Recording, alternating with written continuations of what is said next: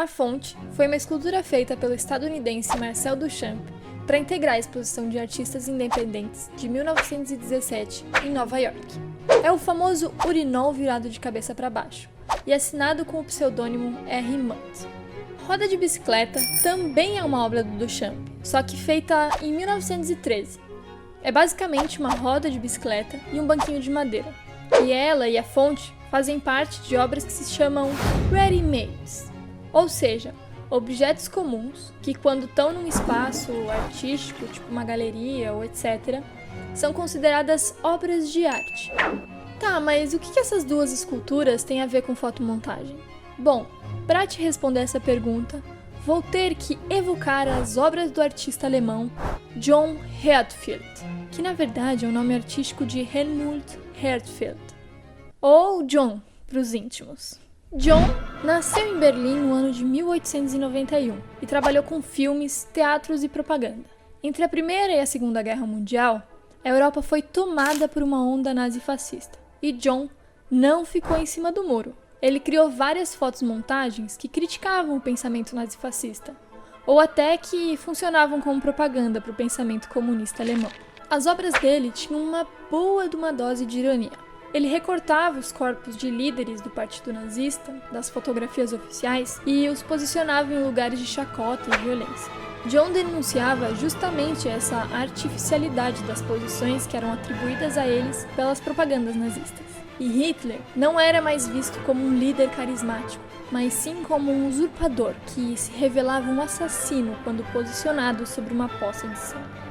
Nas imagens produzidas pelo nosso amigo John, dá para perceber a potência crítica da técnica da fotomontagem, que investe na desmistificação dos sentidos pré-estabelecidos. Ao comentar a apropriação que John faz de outras imagens, no livro Para Entender uma Fotografia, John Berger, que é outro John, vai afirmar: porque elas agora foram rearranjadas de modo a transmitir uma mensagem inesperada, tomamos consciência da arbitrariedade de sua mensagem normal contínua.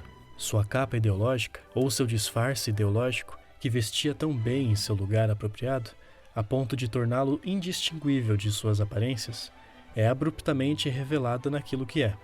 As próprias aparências subitamente nos revelam como elas nos iludiam. Tá, é possível que você ainda esteja me perguntando: ok, mas o que as esculturas do Duchamp têm a ver com tudo isso? Qual que é a relação delas com fotomontagem? Bom, tanto Marcel Duchamp quanto John tiveram vinculados ao mesmo movimento artístico, que começou na Europa e nos Estados Unidos no fim dos anos 1910, o famoso dadaísmo. Ou não tão famoso assim, tá? Se você não conhece, não tem problema, porque eu vou te explicar agora. Bom, esse movimento aí, o dadaísmo, tinha umas características particulares, que eram a irreverência, eles eram assim meio grossos, a rebeldia e a busca pela desestabilização da ordem e da tradição artística. Os dadaístas, eles se empenharam muito em demonstrar a inconsistência da arte. Eles queriam perturbar os sentidos estabelecidos e as convenções dessa arte burguesa. Daí que a fotomontagem era, também, uma forma de se opor a essas práticas convencionais, tipo a pintura a óleo. Além do nosso amigo John, outros dois artistas dadaístas ficaram conhecidas por suas fotomontagens. Uma das poucas mulheres que conquistou o espaço no dadaísmo foi Hannah Roth. Nascida na Alemanha em 1889, ela criou imagens que criticavam os costumes da época, a emergência do regime nazista e os papéis socialmente impostos sobre as mulheres na Alemanha. Ela recortava jornais, revistas e outras imagens de ampla circulação para compor suas obras, que eram reconhecidas por essa composição planificada de objetos, corpos e afins. Outro importante artista dadaísta foi Raoul Hausmann. A crítica política e cultural presentes na fotomontagem dele dividiam um espaço com uma crítica mais profunda sobre as próprias tradições do fazer artístico.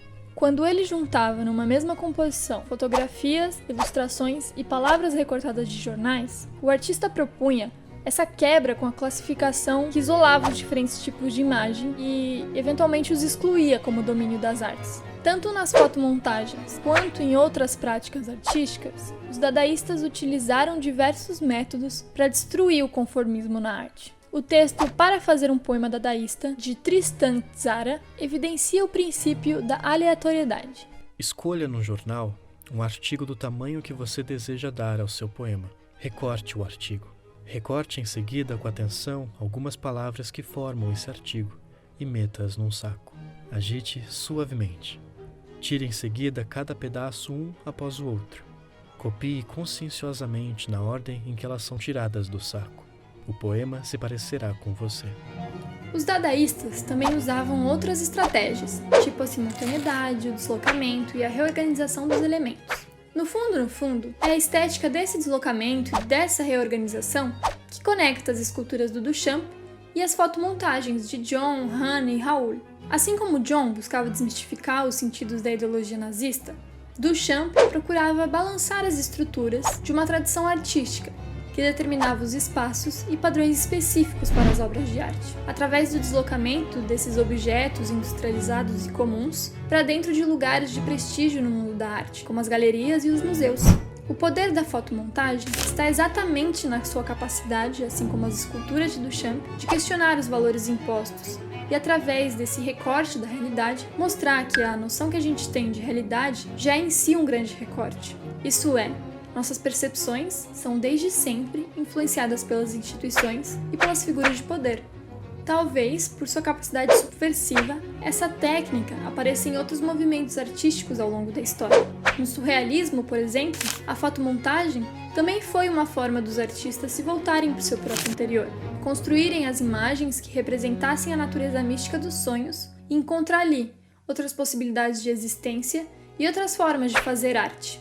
Nas fotomontagens surrealistas, se mantém uma relação mais simbólica com os diferentes recortes, que, como em um sonho, despertam sentidos e sensações que antes não eram percebidas.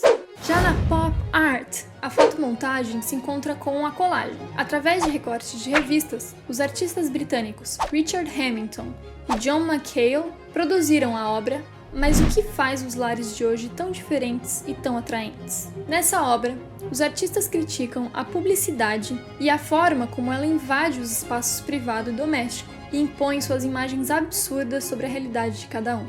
Atualmente, podemos falar do trabalho do artista espanhol Juan Fontcuberta. As imagens produzidas por ele nos mostram seres que claramente nunca existiram. No entanto, o hiperrealismo de suas fotografias, por assim dizer, nos fazem questionar se esses animais fantásticos realmente existem. O estranhamento produzido pelas oposições entre realismo e fantasia é muito similar ao estranhamento das obras dadaístas. Mas no trabalho de Fontcuberta, as novas possibilidades de manipulação das fotografias digitais que são problematizadas. Num mundo em que é cada vez mais fácil manipular as fotografias sem deixar rastros, os trabalhos como o de Fontcuberta nos recordam a importância de sempre questionar aquilo que nos é apresentado e preservar uma dose daquele estranhamento, que já teve presente nas fotomontagens dos dadaístas e que nos lembra que toda imagem é, desde sempre, uma construção, seja ela fotomontagem ou não.